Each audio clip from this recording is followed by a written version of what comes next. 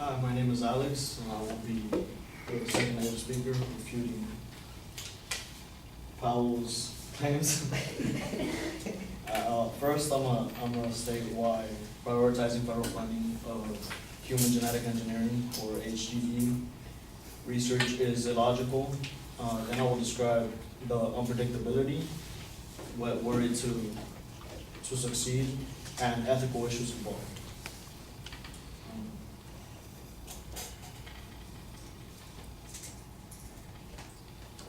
So first of all, I'd like to start off by saying that most Americans, there's actually a lot of websites that they vary.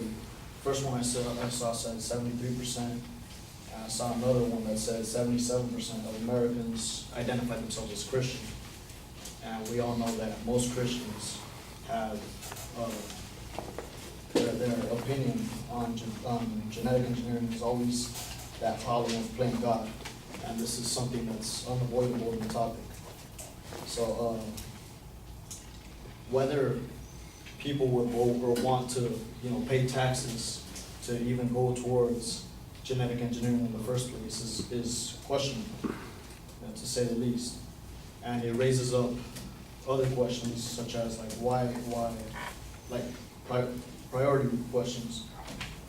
For example, 15% of Americans live in poverty, which is already a bigger number than the 10% of Americans who have these genetic diseases. And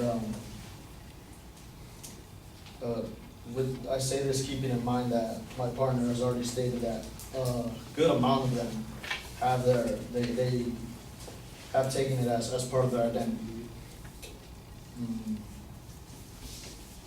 There's also a lot of debate over education and why there's not enough funding for it, and to go into just genetic engineering, which we don't know would even solve the how long it would take, but it's unpredictable.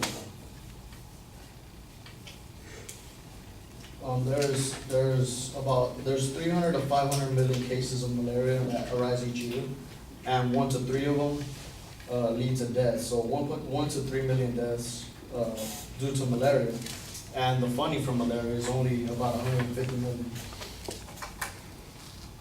So leading to my next point, the mosquitoes that spread this malaria have actually developed a resistance to DDT, which they were using to kill the mosquitoes.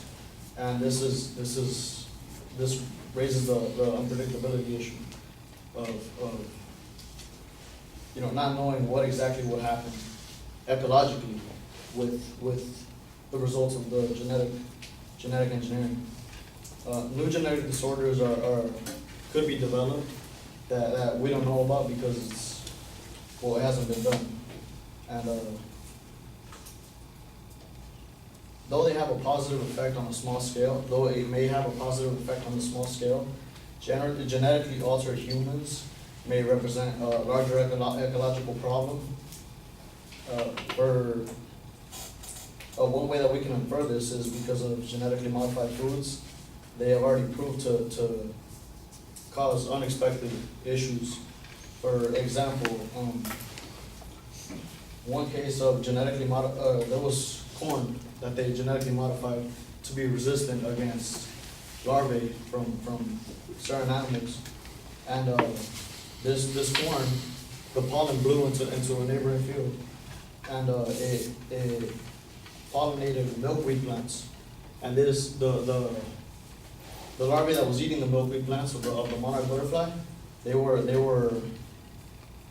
killed. They all died, and this caused a high mortality rate because of something that they didn't expect. They didn't know that this could happen.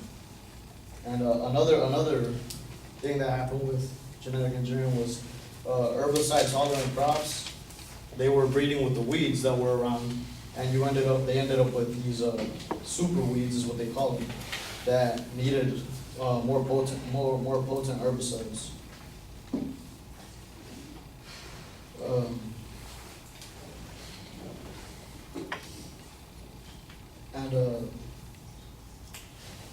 Powell brought up that we wouldn't need medicine because of natural selection. But that doesn't make any sense, because there are certain diseases right now that would have killed you back then, and it's pointless to die from it now when you can cure it. But things that nature could solve, that aren't, like something that's genetically altered, that's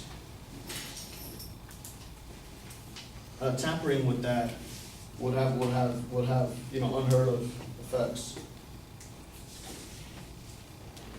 So the big issue with this is that the motive changes from preventing disease to being able to build your own human, that build a boy workshop kind of deal. And I have a quote from Dr. Hayes, who said, "If misapplied, these technologies would exacerbate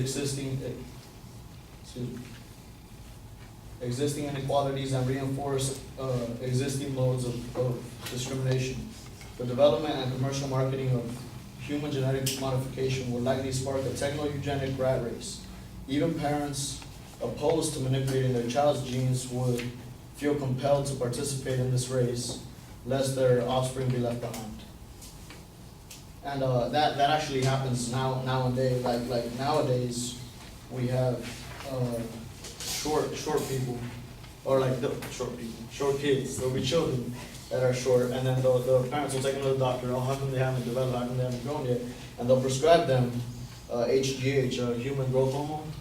And really, there was nothing wrong with them. This is just how they are. So why wouldn't it happen with genetic engineering? There's also a question about, like, if it's succeeded, what becomes legal and what isn't okay? Because they have already done studies such as Schwarzenegger mice, which were done to check muscle growth and all that, and they didn't know. I read an article that had a quote, but it was on Nature.com. The question was, if this was possible, would it be legal in sports? Would it be